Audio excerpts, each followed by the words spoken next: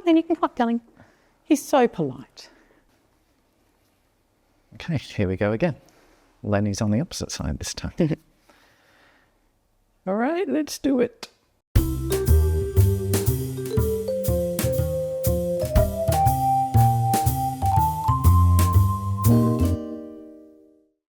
Hi everyone, welcome to episode number 5 of the Reconnect Self podcast with Tracey Quayle. I am your host. My name is Scott, and I'm also Tracey's husband. I am a filmmaker, Tracey is a counsellor, and together we run these Reconnect Self retreats here in Perth, which is in Western Australia. In today's episode, we're exploring the profound impact of reconnecting with your younger self. So, it's a big one, a scary one. Reconnecting with your younger self. Why do people I'll just start with that. Why do people get nervous about talking about this? Well, one, they can get nervous because they're revisiting things that perhaps maybe weren't great, like if their childhood wasn't great or there was some experiences in there that, they never really want to look back at, whether that's bullying or, trauma. We have lots of trauma that happens in our younger years, so they can be reluctant to delve back into uncomfortable feelings. But why is it so important that we look at it? So this is an analogy that I heard and I quite like using now with my clients. When we think about a baby, because the early stages, the early development stages of 0 to 7 are really crucial in all of our lives. So the way that I heard this described was, if a baby was almost the equivalent to an iPhone, like in terms of the hardware, when a baby comes out, nothing wrong with it, perfect, but it can't do life. The same way that if you had the hardware of an iPhone, you're not running anything. Yep. That's just the hardware. So that first 7 years of life is like putting in the software, putting in the operating system of that iPhone, all the apps, all the things that are going to make that phone run is what we're doing in that first 7 years of life for babies. And the first 7 years of life, the brainwave state that children are actually in is called theta. That is the same brainwave state that you and I need to be in if we're going to be hypnotized. Okay. So they are just downloading all the patterns, all the ways of, the world and their environment and relationships and the way to relate to people. So all of that crucial downloading is happening in that first 7 years. And they say that 80% of what becomes our subconscious mind, which I'll get into in a moment, 80% of that comes from that first 7 years. And so then it's kind of like the equivalent of, so we're living, by the time we're 35, we are living up to 90 to 95% in our subconscious brain, which basically just means our patterns. It's us having the phone and that's the operating system it's running off. Yep. So from the time we're 7, we add 15% more by the time we're 35, but then pretty much we're only conscious to 5 to 10% of what's happening in our life. The rest of it's all coming from things we're not thinking about anymore. So an example of that is, when a little kid is first learning to get dressed, you think about how much effort that is for them. They're having to keep that in their conscious brain to go, oh, left foot, right foot, oh, which leg, Yep. They're really, really conscious to that behavior, that task. But you and I, we could hold a conversation while we're getting dressed. We wouldn't think about it at all. So there's lots of tasks that we learn early on that we automate so that we don't need to think about it again. And that becomes just how we do things. So while that can be really helpful in lots of lots of ways, because you and I wouldn't want to have to think about getting dressed every morning and, operating a shower and all the things that you do that you don't even really think about in your day. So it doesn't really take much energy. It's not taxing. That can be really helpful unless those behaviors that you're doing automatically are not helpful. Yeah. Yeah. So in those early years, there could be things that we create messages around. So an example of this could be if someone might have been bullied in their early primary school years. This can also happen later on, but in their early primary school years, perhaps if they had someone say something horrible to them or would pick on them at recess or things, that child might learn some coping strategies and some messages. So a coping strategy could be they go off to the library at lunchtime, they don't be in the playgrounds and be around the other kids. And messages, or they don't put their hand up in class, they don't want to draw attention, to themselves. That might be some coping strategies that they do. But some messages that they might also develop to make sense of the situation is, you can't trust people. Yep. Or I'm better off on my own. Or I'm better off not sharing anything personal about myself because people use it against me. So if that's happened in their early years, that could just be how they're running their life. Yep. So they go through their high school years and they keep people at arm's length. they don't share anything personal because they have that memory of, oh, those people really made me feel terrible. And sometimes this stuff isn't a conscious memory. It's coming from those patterns. It's coming from that understanding of it doesn't feel safe to open up to people. Yep. So what will happen is people will come into counselling and see me and they're just trying to talk about what's happening in their current world now, but they're not knowing why they're doing certain things or why their self-esteem is not great or why the way that they're relating to their partner is causing problems. And usually it will come from some of those patterns that have happened way back when, you know, from our early years.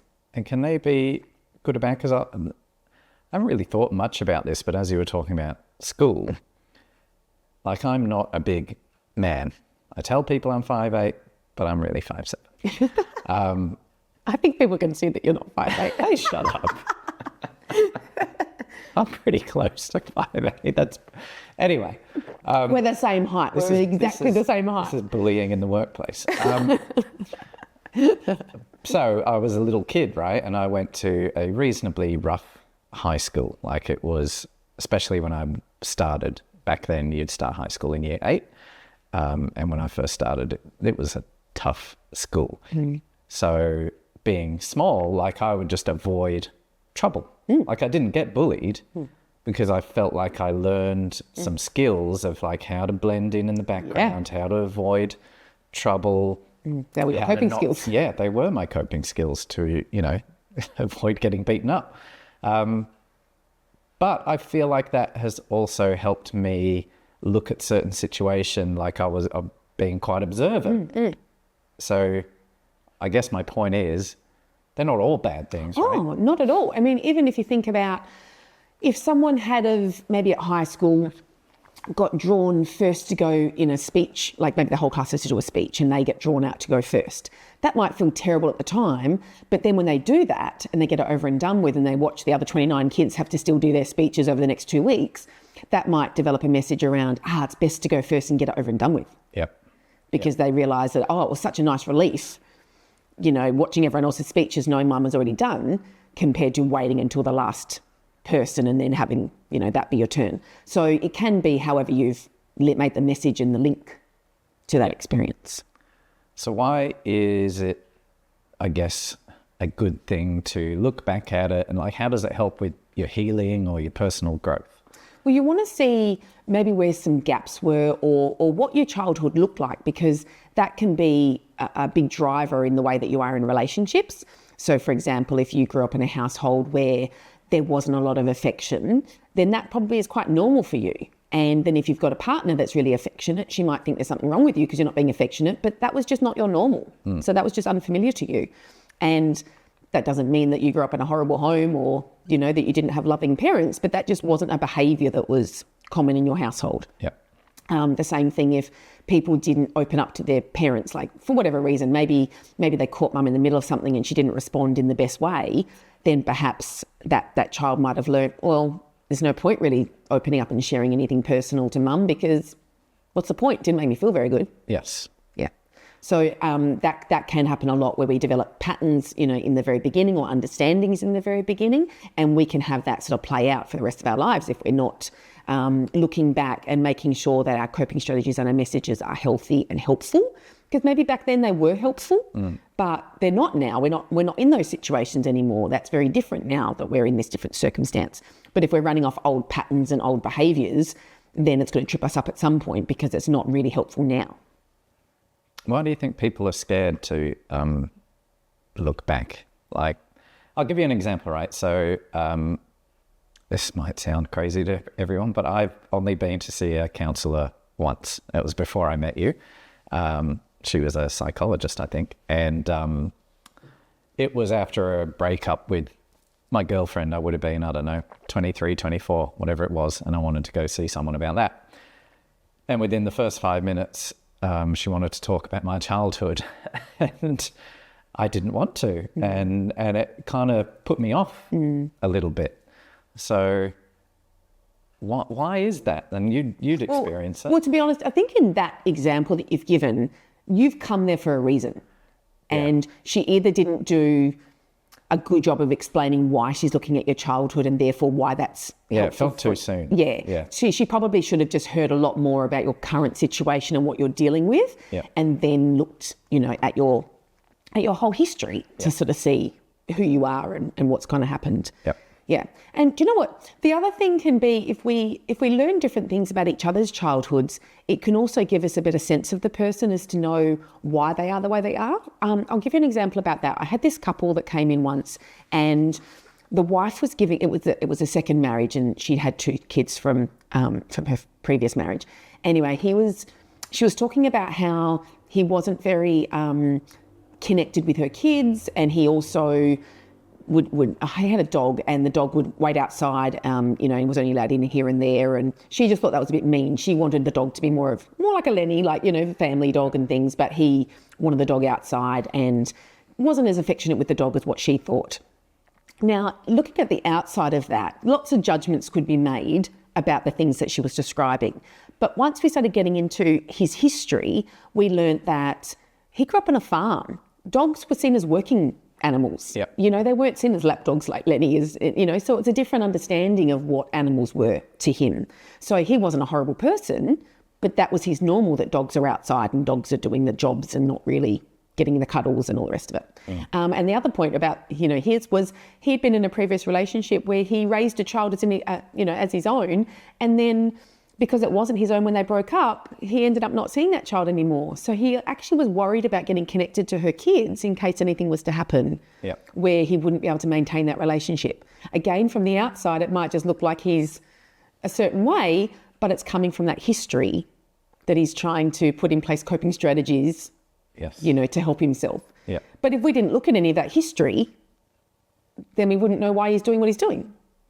So how do you know when you're, obviously, unless you're sitting in front of your counsellor or therapist, how do you know when you need to dig in and Well, commonly it can be whenever we get dysregulated. So if we're moving about our day and we're feeling fine, then, we're probably not going to get any information about our childhoods. But as soon as we're triggered for something to happen, then we can start looking back and go, is this really about something that's happened now and it's current?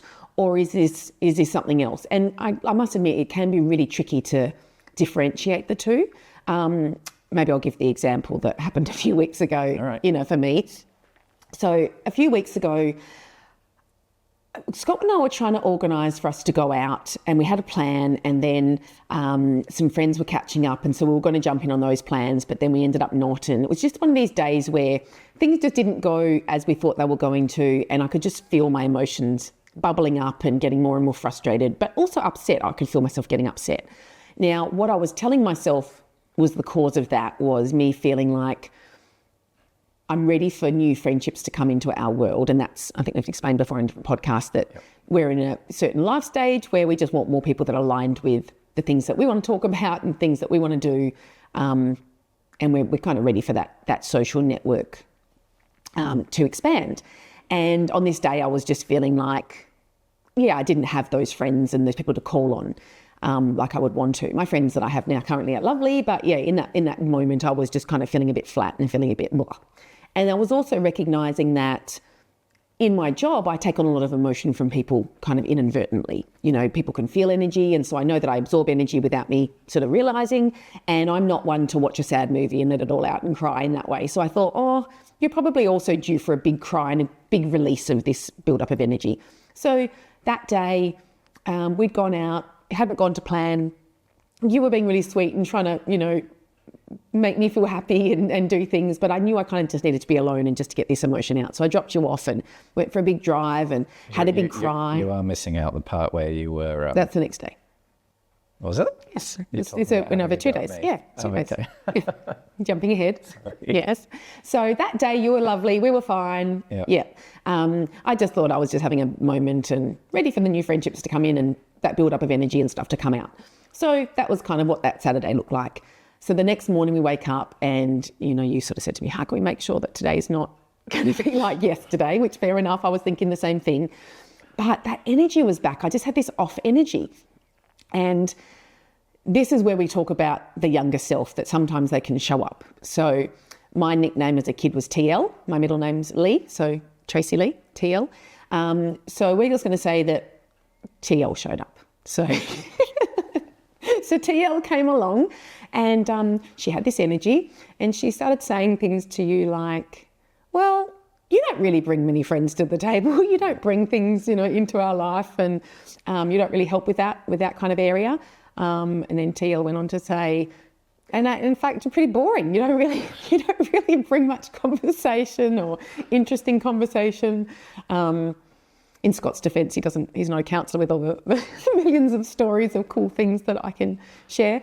But I was just being bratty, and you did a beautiful job of not being reactive. Yeah. Because let me tell you, if Scott had given me an inch, if he had given me anything with that energy I was in, I would have grabbed it and ran with it. But you didn't. You were just calm and you were just like, well, I don't think that's fair. I don't really think that's reasonable. And I think that I'm trying in this way.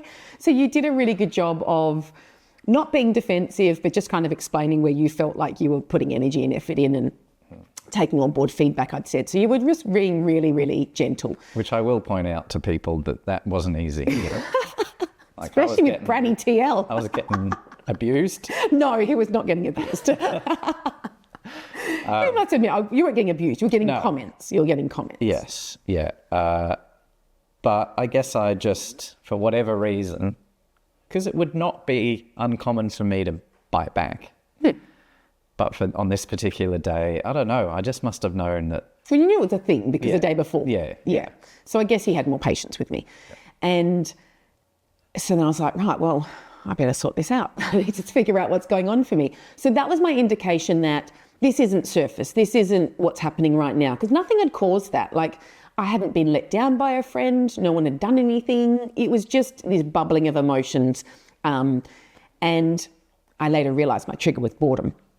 So what I did is I took myself off into the room and got myself set up for a meditation, and I did my normal little nest. I put my blankets and my pillows and heat packs and all the rest of it, and I put an eye mask on, and really quickly into my meditation, I was starting to do some breath work as I was doing it.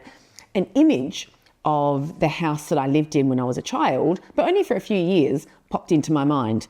And I immediately was like, well, why is this particular house showing up? Because it wasn't my primary residence when I was a kid. So I was like, okay, what's happened in this house? And a memory came forward that I consciously can remember, and I'm sure I've told you this, memory before, but it was of my little 6-year-old self in this house, and we had a playroom out the back, and I was playing with my Cabbage Patch dolls. They were my favourites back then. So I was playing dolls, and in order to get my sisters to play, I'm one of 4, and I'm the youngest, and so my next sister is 3 years older, and I've got a brother that's 4 years older, so he's 7 years older than me, and then 9 years older is my older sister. So at that age, my older sister was 15, and my other sister was 9. My brother wasn't playing dolls. But the way that I got them to play with me was I had some Smarties that I bought with pocket money or something, and I divvied them up into all colours, and I made it like it was a dinner, and if they wanted peas, I gave them the green Smarties. If they wanted carrots, I gave them the orange Smarties. So they were pretty much just eating all my lollies. And then when dinner was over, aka all the Smarties were gone, they didn't want to play anymore. So this memory came up in this meditation, and the message around that she had, that little TL in the memory, was, if I'm not giving people something, they're not bothered with you. Yeah. And so as soon as that came forward, in my meditation, I just straight away, I did what I do with my clients, and I straight away went over and grabbed that little younger self, grabbed her in a big hug, and then I said, I'm bothered with you.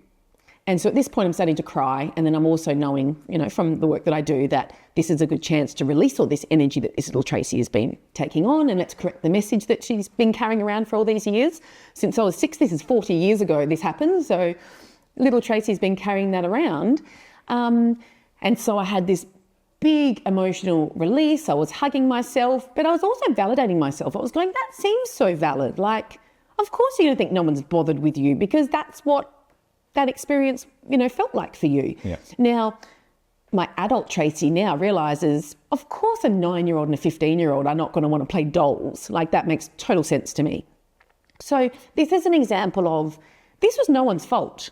This was not my mum's fault, being a single mum, that she wasn't playing with me. No, she would have had loads of things to do. And my sisters, their ages were not where they were wanting to play dolls. Yeah. So no one was being horrible or being awful, but that little message that I took away was pretty powerful. And I realized that when I get bored, that can be when that comes about. Yeah. So just going back into that meditation that I had, while I was in that meditation, I felt a little body come and lay next to me and hug me. And I could tell that it was one of my older children, but I couldn't tell who it was. And I had to make that decision about, am I going to shut this down and shut off this emotion right now? Or am I just going to let it come out and just release it? Because I don't know if we've been super clear that you were bawling. Like none of the kids were in the bedroom with you. It was so loud you could hear it. In the house. Anywhere in the house. Yeah. So that's why he went in there. Yeah. And just on that point, if I'm going to do a release, I'm going to get it all out. like you don't want to do that by halves because I don't want to go back into that too many times. Yep. So yeah, I was really letting it out. So that was the point that when he's next to me and I'm knowing someone is hearing, because before that I'm kind of in my own world and not really thinking about everyone else. But when I'm knowing he's hearing that, I had to make the decision of, do I keep going with this or not? But I decided that, well, this is healthy for them to see emotions being released in a really regulated, safe way. And, so I let myself keep crying. And later on, you told me that, they'd all come running into you. And we were all in the room. And then I just had to say, it's okay, Mum's, just letting some stuff out. And then we, or maybe Tommy stayed hugging you. Tommy definitely stayed hugging me, yeah. So at the end, I sort of gave him a hug and explained a little bit to him, but then later on they heard kind of what was going on for me. And the other thing I did, so now I was realising that, okay, my trigger is when I'm bored, and that little voice can say that people aren't bothered with me if I'm not giving them something, or just even in general, it would be that feeling of they're not bothered with me. And I had to challenge that because I was like, well, if I called any one of my friends at that moment, they would all be bothered with me. Yep. They might be busy, but they would be bothered with me. So I've got to challenge that. That was unreasonable, but it was coming from that little Tracey, not from things that are actually valid right now. Yep. And so the other thing I did to try and override that message is I've put a picture of myself from the time that I lived in that house. I'm sitting on the letterbox and I've put it in our bathroom.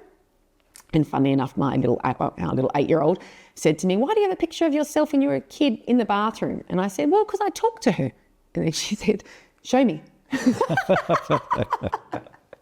So that was awkward because then I had to think about how I would, say that in a way that makes sense to her. Because in my head, I'm just saying to her, I'm bothered with you and you're important. And I'm just saying those kind of things. But yeah, when I said it out loud to Amelia, she looked at me and then she goes, say it again.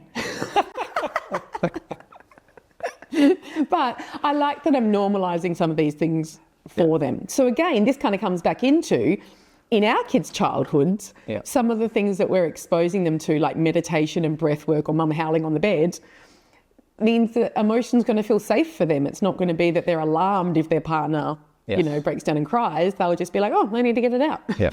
And would encourage them. Yeah, and maybe, and again, like Tommy came straight away and hugged me, then that might be what he does for, his partner in the future. Yeah. But that's a good example of, through no fault of anybody, like there was nothing that my parents or my family did that was, upsetting, or whatever. And that really triggered me. That really could have caused a fight in our relationship. Mm-hmm. Had I have used that energy in the way that I was kind of looking to use it. heading towards. Yeah. But that's because, again, we're not knowing where it's from. Yeah. And so I would have just put it down to I'm in a bad mood and we're going to have this fight now. And I wouldn't have actually uncovered that memory and that link, which now I can correct. Yes. So is it, because the examples I can think of for myself usually happen after an argument, and I've had to dig deep as to why I was behaving in a certain way. Is that the usual way, or is there like if someone's watching this and going, well, yeah, I'm interested, you don't want them to wait to have a massive argument with someone. Well, the reason why it often happens after the end of a fight is because, again, we're being triggered by something that's come from, something that we're carrying from before, or there's patterns that are there that are, from a long time ago. Yep. So that's where we would get tripped up and then go, oh, how did that happen? And then that's why we would unpack that. But no, we don't need to go through all that distress in order to get there, that's where your journal prompts can come in. Oh, yeah. Yeah. Even looking at, a timeline of your life and sort of seeing, what was things like for me when I was in primary school or in that house or around that time or around the time that my parents separated or, whatever significant life events you can sort of reflect back on. And you can also just see were my needs met. And again, I want to be really clear that some people find this stuff hard to do because they don't want to have a go at their parents or, think of them in a way that's not positive. And that's not the intention. We're not going back and looking at this stuff so we can tell off parents or to, see how shit a job they did or whatever. No, I think parents do the absolute best they can and with what they know. Parenting is hard, as we know, and we're not going to get it always right. So no, it's about just acknowledging that younger self and the experiences that he or she had and where they may not have gotten the support that they needed. Yeah. Yeah. I would look back on my childhood and always say it was amazing. Yeah. You do always say that. Yeah. My parents were fantastic parents. And I think I heard Joe Rogan describe it as this, like, I feel like I won the lottery of life. And you did too, in terms of where you're born, who your parents are, where you live. In terms of the whole globe, we won the lottery of life to be born. We're not in a third world country. We're not, struggling to get water and food. And yes. So that's like a caveat above everything to say, none of this is about, oh, woe is me and blah, blah, blah. It's more about understanding, what happened in your childhood, even though, I think I had an amazing childhood, but there's still things that happened that shape me. Yeah. So should I delve into one or? Yeah, just on that, when you're saying about, the childhoods, I was talking to a client yesterday about his childhood, and he was one of the ones that, a common client where probably wouldn't think to look into the childhood stuff. But as soon as we started talking about the patterns in his family and the way that, he was supported or not supported, he could really see what he wasn't getting as a kid. And they were valuing different things. Pretty much that sometimes can be, where things can go different. So for him, his parents valued education, and so they put him in a boarding school and they wanted him to have a really good education, and so they put money towards that, but they weren't at his sporting events. They weren't at any of the things that, he got awards for and acknowledgements for. And when he realised that, that made him a little bit sad for himself, and he could acknowledge that for himself to go, oh, hey, that wasn't okay. Back then, the way that you felt disappointed, that's valid. Yeah. Again, doesn't make his parents terrible, but it does make it okay that you can acknowledge that for his younger self. And the funny thing is, I'll often say to people, have a think about the way that you parent now and things that you're really conscious about doing different. It's often because you didn't feel like you got that met in childhood. Yeah. So he laughed when I said that same thing to him, and he goes, I never miss any of my kids' stuff. He goes, I rearrange everything. I rearrange appointments so that I can be there for that, whatever it is. And that's because for him, he really realised that didn't sit okay with him from his childhood. He was going to do different for his kids. Yeah. And I hear that a lot. So that can be another indication of, where you've been in your childhood is if you've deliberately gone, right, I'm going to be reading my kid a story every single night, or I'm going to make sure that I'm blah, blah, blah, whatever it might be. Yeah. That can often be an indication of where those gaps were. Yeah. All right. So is it my time to share? Yes. There's probably two. There's two that I think I will bring up, but should we do the one where we had a fight about money? Yeah. So let me just start by saying we don't really fight about money. So that's why this made this unusual for us. We usually seem pretty aligned with the way that we spend money, and I don't think it usually causes any problems. So on this particular occasion, I was talking about a holiday I was perhaps wanting to do with one of my friends, and you had just been on a holiday with your brother and your dad, but it hadn't cost you very much because you only went to the Isle of Man and you stayed with family, and it was different reasons why yours wasn't going to cost very much compared to what I was looking at. And so when you started making comments about money, it made me feel really, uncomfortable, because I was feeling like, well, how come you get to say what I'm spending my money on? I earn money as well. And even if it was just that you were the only one earning money, that would still be okay because we're a team and we have different roles and things. So for me, it was really confusing as to why is it that you're having a problem about this money? Because it wasn't even like it was going to mean we couldn't pay a bill or it was going to, impact us in some way. So in that way, it made no sense to me. Yep. So we had a disagreement. And that is usually the trigger for me to do a little bit of soul searching. Well, to be honest, then this is probably maybe a point for people, and I don't know how to sort of be clear about this.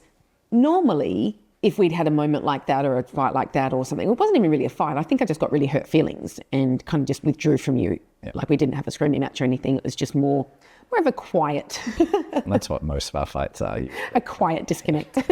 So I was really hurt, and you tried to apologise. And I think normally I am quite receptive to, moving forward and not hanging on to things. But gosh, you really hurt my feelings with it. And so I wasn't willing to let it go. So then you said to me, okay, I'm going to have to think about this as to what's caused me to react like that, and I will let you know. Yeah. So then I think because it happened on a weekend, you then, it was a Monday morning, you went and sat and thought about it, and then you emailed me. Yeah, I remember. Because I have a complicated relationship with money in that, and again, won the lottery of life, amazing parents, but we didn't have a ton of money, I guess, comparatively, when I was a little kid. When you think about it now, they were young parents. Yeah, my parents were, I think, 22 when they had me, so very young, and did an amazing job. Like, both of them had 2 jobs. I think my mum obviously stayed home when we were really little. I remember my mum working in a fish and chip shop. Dad was mowing lawns on the weekend for extra pocket money. Mm-hmm. So they were doing a lot of stuff. But I think immediately one of the core messages I got is money is tight. Mm. So that was part one. And that always, I think, led to me being very careful with money. Like when I was a teenager, people would always accuse me of being cheap because... They would still accuse you of that when I first met you. Yeah, 100%. Your family will. To my family watching, I know that you all still think I'm cheap. I'm not cheap anymore. If anyone from his family is watching, you are welcome. Because I have corrected that and they get good gifts. But I used to be very careful with how I spent money and would like to save money and all those things. But anyway, on the back of this argument that we had, I did try and delve a little bit deeper and figure out what was going on. And one of the memories that sort of, I mean, I did not forget this memory. This memory has always been there because it was a big one. So a defining moment in my childhood is my parents getting divorced and I was 14. And so we moved to Australia. We're from the UK, a place called the Isle of Man. It's a little island in between England and Ireland. Moved to Perth when I was 10. Had never been to Australia before. The whole thing was a massive culture shock. Lived in our first house, had a pool. That was like, oh my God, this is amazing. Then my parents built a house. And the house that we built I had never lived in anything this luxurious before. And it was still just a basic standard 4x2. But compared to where you'd come from. This thing was like a mansion. Yeah. Me and my brother had like a little wing to the house. We had an activity room. We had our own bedrooms. We had our own bathroom. I loved that house. Yeah. But we'd only really been in there for a bit under a year, I think, when my parents got divorced or separated, sorry. And because we had a dog and it was hard to get a rental, and it was particularly hard to get a rental with a dog, me, my mum and my brother moved into this really average unit. Oh, I didn't know that was the reason why you moved into something so bad. It was the dog. Oh. Yeah. We could have moved somewhere better, but we had the dog. Her, sorry. And I knew that impacted me in many ways, but I never fully understood how it impacted me in terms of money. But I think the connection that I made was one day you can be living here and the next day you can be living here, and it can happen like that. And so I always, I didn't do this consciously, but I always felt like I never wanted that to happen to me as an adult. And that's why it made no sense to me, because I'm like, but we have the money. It's impacting anything. I want to do these things. Yeah. And so for you to have a problem with it, it didn't make sense, and this is where it's coming from. Yes. So once I made that connection, that sort of made sense. And I think I've been aware of my relationship with money not being particularly healthy, and over the years have got better and better at handling it and being, I don't know, just trying to be more normal with it and not have to store it and save it and not spend it. I definitely think I have got better, but yeah. But it was through that trigger of that disagreement that made you look, right underneath that. And if you hadn't have done that, you would still be running with those messages. Yes. And not being aware of it. Yeah. So usually I think that our romantic relationships, because we're living so closely with someone, can kind of show us up the things that we're still, are hanging on to, or things that maybe aren't so helpful and healthy. We should give the example the other night. We're at dinner, and one of our friends, I don't even know why he said this, but he, I won't say his name, but he was talking about his mum, that he had lots of allergies when he was a kid. And so we've always joked that he's bubble boy, that they probably had to protect him in lots of ways, and they had to strip back his diet and, really figure out what was going on for him. So I'm sure it was a bit of a pain in the ass for, the parents to do that. But the mum had turned around and said to him his whole life, "Oh, I wanted 6 kids, but I couldn't have another," and then said his name. And, because of all your allergies and things. So he's always carried this kind of burden around that he's stopped his mum extending the family to the point where she, would have had 6 kids. And kind of just, held that and carried that. And one day he must have mentioned it in front of his wife, who is also a therapist. So thank goodness, because she was able to straight away jump on that and go, "Hold on a minute, that's not why she didn't have more kids. Your dad is much older than your mum. They wouldn't have had more kids because of his age." Yeah. But poor love, he was carrying around and feeling like he'd, impacted his mum in that way. Yeah. Just from that little kid version of latching onto that, whether it was off the cuff or whether it was repeated. Yeah. He took it on. Yeah. Do you want to go into another one of your examples? There's the one is the pantry. Are you talking about feast or famine? Yes. So in my childhood, I lived with my dad because my mum lived quite far where it wasn't any bus routes and things for me to get around. So I lived with my dad, and my brother and sister, and one of my sisters lived with my mum. We always joked in our house that if it was payday and Dad would go and fill the cupboards, that was feast. So we have an abundance of things to choose from to eat. And then the times where it's in between pay week or whatever, we would call that famine, because we'd look in the cupboard and go, ugh, nothing to choose from. And then if we said something to him about what can we eat, he'd be like, "Oh, you can make yourself some toast," or, something boring that kids aren't going to want to have. Yep. So because of that, I used to be a bit of a hoarder with food.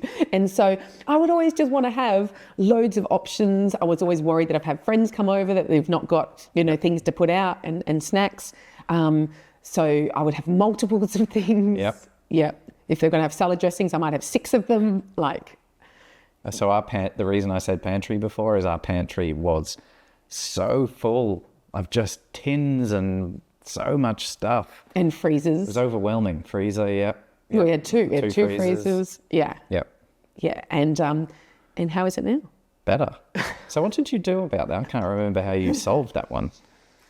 I don't either. Did you just acknowledge it and realise it? Well, I think it's, just knowing that that's where that's coming from, and you don't need all that food. You can go and get it any time. Because even my friends would come over and then be like, "Ooh," when they go into our cupboard and see this abundance of options and things. And they would say things like, "God, don't come to my house. There's nothing in there." Yeah. And I was always like, "Oh." And I think what it was is the thought of that would make me panic. Yes. Yeah. That's what it was. Yeah. And so your anxiety around not having water is another, not quite the same. Yeah. But also the same thing happened to me when we went to Bali, and we went from being an all-inclusive resort where everything was just available, and we spent the last 3 days, this is last year, on in a Airbnb in Bali. And while it was close to places we could walk to and get food, when we first arrived there, how much panic did I have of not being able to give the kids. Yeah. And I think it's because when you've got 3 kids and they always want a snack or they always want something, to not be able to go to a cupboard and pull something out, or not have that availability to pick up a phone and just, order something, I just felt really that same sort of fear of, Yeah. Yeah. Should we do one more? Because I have one. Yeah, do yours. All right. So this is, and again, it probably came on the back of us having a fight about something. We don't fight all the time, but we've been together for 17 years. So, there's a lot of fights to look back on. Yeah. And it would have been something around the fact that I never used to, and it's still something I have today, but not as much. I would find it really hard to get excited about things. And holidays, I guess, would be a good one because most people would get excited about an upcoming holiday. Yeah, and most people would like to get excited with their partner. Yeah, yeah. About an upcoming holiday. I never would because I would always think it might get taken away from me. Or it might not happen. That's probably a better way to say it. Mm-hmm. And it was actually you who taught me, and we'll just keep using the holiday example as the example, that the fun part of a holiday is not just the week or the 2 weeks that you're on the holiday. It's the month or the 2 months or whatever, the build up. The anticipation, the getting excited, and especially with the kids, because obviously they get super excited. Mm. That's part of the fun. And I was missing out on that huge part of the fun because I had this fear that, well, maybe something will happen and we won't get to go on the holiday. Yeah. And you would not let yourself think about it either. Yeah. So part of it was keeping it out of your mind, so you weren't even giving yourself the chance to have any of those nice emotions. Yeah. And so I know I've known this for years now, so I think I figured this out a number of years ago. And it, again, was around my parents separating. And sort of what happened was me, my brother, and my mum, she bought a house. So we lived in the piece of crap unit for a few months. And then mum bought a house and we moved into that. But, mum and dad were going out on dates occasionally and were sort of talking about getting back together. And so my hopes went through the roof. Like, I was like, yeah, this is fantastic. Did they tell you they were going to get back together, or you just saw dates? Well, I knew they were dating, and I don't know how many dates they went on. It might not have been that many, but to me, it was like... Yeah, the hope there, I had the hope. And my dad did say that they were... can't remember the exact wording, but it might have been they're getting back together or they're working on getting back together. Yeah. But for my 14-year-old brain, it was they're getting back together. Yeah. And then it didn't happen. And it was never a moment in time where, it was said, it's not happening. Yeah. You just kind of start piecing it together and go, well, it looks like that's not happening. And so the disappointment that I felt was so great that's it. It's like that movie, the Inside Out movie, where you have the core memory ball and it sort of goes in, that my reaction was, well, my lesson is don't get excited about something because there's no guarantee it's going to happen. And so I carried that through quite a lot. And I think that, I'm not saying it had a massively negative impact, but it just took away nice moments that I could have experienced that I didn't experience because I was... Yeah. And again, it's another example of it's no fault of your parents. That was the circumstance, but that wasn't intended. They were just doing their best trying to figure it out, and obviously we're trying to make an effort to get back together. Yeah. It's not their fault. Yeah. Yeah. Yeah. So don't think that any time you're looking back at your childhood that it's got to be that you're blaming and shaming anybody. It's just having that context and that understanding. Because to be honest, sometimes people will judge themselves from when they're a kid, and they do it in a really snapshot way. They might look back kind of and go, oh, I was such a shitbag, or I was such a da-da-da. And then I'll go, hold on, let's look into that. And we'll go into the context of the situation of what happened. And then we'll go, well, hold on a minute. If no one was doing this, then how was that happening? And we really unpack it all. And then that usually shows people, the way that I've been seeing myself or viewing myself actually isn't accurate and actually isn't correct. So that's another important point of why we want to go back in, and look at this stuff, because you might be judging yourself in a way that's really unhelpful and and sometimes quite nasty, to yourself. Or you might not know where some of your insecurities come from or some of your worries come from. I'll give you I usually give client examples because it can give people that understanding of, what other people go through as well, and they can relate to it. But one of my clients had struggled with health anxieties, whether her kids get sick or people getting sick, and there was reasons for that. She had some things in her past where that made that really scary, people getting sick. And she'd had something happen where she was having this really big anxiety period over this 1 week, and then she came in for a session, and we quickly unpacked and went to her childhood, where she realised that her husband had actually been having a few drinks. He was totally appropriate, nothing terrible or anything, but him drinking had been the trigger, and it took us right back to when her dad was drinking when she was a child, and some of the things that he would do when he was drinking was very unsafe. Yep. And so she had linked that in her body, as a core memory and things, because that was around safety. That was around, okay, I've got to watch out for this because, this can be a situation that's not so helpful. And so her body's taken that and ran with that. Yep. And just another point on how our bodies can, run off patterns. If you ever think about how you get from one place to the next, you drive to a location, you go, oh my gosh, I don't even remember the journey. That's an example of you being in your patterns. That's an example of you being in your subconscious brain. Your body is driving you there, and your head is off somewhere else. So lots of times when we've got these patterns from the past, we're just running on our automatics, and we're not conscious and present to actually what we're doing, whether that's thinking or in our behaviour. I remember us going to a holiday unit when we stayed in Scarborough at that time, and I kept walking to the edge of the bench. And I kept getting to the edge of the bench at that holiday unit and going, what am I doing here? What am I wanting? Because I wasn't in my conscious brain. And then I would look in my hands and realise I've got rubbish and go, you think the bin is here. And it's because that's where our bin is, right there.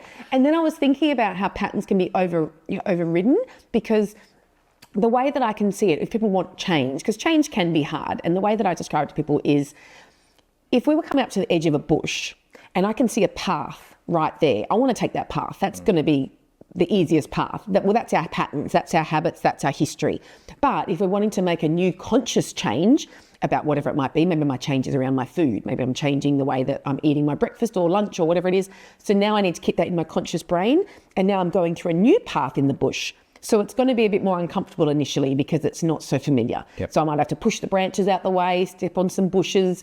But the more times that I do that, I'm going to flatten out those bushes and have the trees not smack me in the face as I'm walking through. So after a period of time, that pathway of me going down that bush track is going to be more familiar, and that's how we create change. So that's the equivalent of me doing that with my picture of Tracey, where I'm trying to change that pathway by saying, I'm bothered with you, and, letting myself know that if I'm ever bored, I can entertain myself. There's no need for anyone else to step in that role. So whenever we are trying to create change, it's having it in our awareness, and then it's about repetition, pretty much, to create new habits. So for you, it's reminding yourself before holidays, hey, it's okay to get excited. Yeah, which is what I do now. Yeah. And it's a work in progress. Yeah. Better than I used to be, still don't get as excited as you do. But I think all of it's a work in progress. I think that's the whole thing. And even for me, that's why I wanted to share examples about my own journey in this, because I am not the expert. I always say to my clients, you are your own best expert. The same way I'm my best expert. But yeah, I think by me sharing that I'm still growing and learning and uncovering these things too can show people that, we're going to always probably continue to grow and learn. Yeah. Is it too late in the episode? Is the third chair or second chair relevant to this conversation? About how you can talk to yourself? Yeah. Well, yeah, I can go into that just quickly. So one of the techniques that I use with my clients in just identifying how you're sort of talking to yourself, and often I'll use that younger self as an example. So what I would do is, we're sitting around the dining room table right now, I'd kind of point to that chair. And anyone that's been in my office, the chair I'm pointing to. And I would say, how are we speaking to that younger Scott? What are you telling him? And so some of the things that we've previously talked about, your self-care, for example, would be you saying to him, right, you're going to keep working now. I want you to get this and this and this done, even though you're not feeling very well. Yeah, we should give them more context. I work even if I'm feeling sick or whatever, I'll just keep pushing. Usually. I'm trying to change that. Yeah. So what you're saying is, if I was to imagine little Scott, 10-year-old Scott, whatever, sitting there, would I treat him the way that I treat myself now? Yeah. So by pulling apart, I guess, yourself and sort of seeing yourself as that little version, you can see, did their needs get met, or what do they need right now? And it can be a way of you being more compassionate, more loving, more understanding of yourself if you're sort of seeing yourself in that younger version. And it can even be a way of saying to people, are you taking care of him? Are you giving him the right food and making sure he's drinking enough water? Like if you think about if that was one of our children, we're going to make sure that they're not eating lollies for breakfast and, doing all sorts of things, staying up late and whatever. But if we're just not thinking about ourselves in that same way, then we could treat ourselves very different than what we would want to, treat someone that we love and nurture and care for. And the other thing I've seen you do in that sort of second chair thing is, you like how I know the lingo? It's actually called the third chair. Oh, is it? I said third chair before and then I changed it to second chair. Third chair is sometimes you'll just like give your younger self a hug and say it's okay and that kind of thing. It doesn't have to be, there's different ways you can do it, but that's another way, right? Well, similar to what I was saying about how I did it in my meditation where I grabbed that younger Tracey and just said, I'm bothered with you, and just gave her that comfort. So sometimes in the office, what I'll get people to do is when we are uncovering one of these memories, I'll get them to close their eyes and visualize themselves as that younger self, come into that scene as your adult self and go and acknowledge and grab that younger self. So for example, we were doing that with you. We might go into when you were a teenager and, he's just worked out that his parents aren't going to get back together. You'd go into that memory, sit on the bed with yourself, grab yourself in a big bear hug, and just acknowledge is really helpful to say, I get it, buddy. I know exactly how you're feeling. You were so excited about the potential of them getting back together, and I get that that's so disappointing that they're not going to be. So that acknowledgement, that love, that care, and, you can even say to him, hey, it turns out okay, You end up loving your new stepmom and your mum's okay, and you can just reassure yourself in that moment as well. But it's about just being gentle and nurturing and kind to yourself. Yeah. Well, that feels like a nice place to end it. Yeah. Any final tips? So just really be aware of where you're being triggered and try and see if it's deeper than the surface situation that, maybe you think it's about. Usually an indication is if someone thinks you're having a bigger reaction to a situation than what they think is, appropriate, that can usually be because there's something underneath that. Like my reaction on that weekend, with all that emotion, that was not coming from what was going on in my day-to-day. So that was my indication right there. Or if you find that something comes up time and time again, like a pattern, that could often, be something that you could look at. Or you can even look at the way you're parenting your kids now and go, am I doing anything different in the way that I'm parenting now compared to how my parents parented me? Why am I doing that?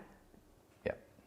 So they're just some things that you can reflect on. Journal prompts is something we've covered in episode 1. So, even just Googling or looking in Pinterest for journal prompts, on childhood prompts, that could be something that's helpful for them just to reflect and to dig a little bit deeper.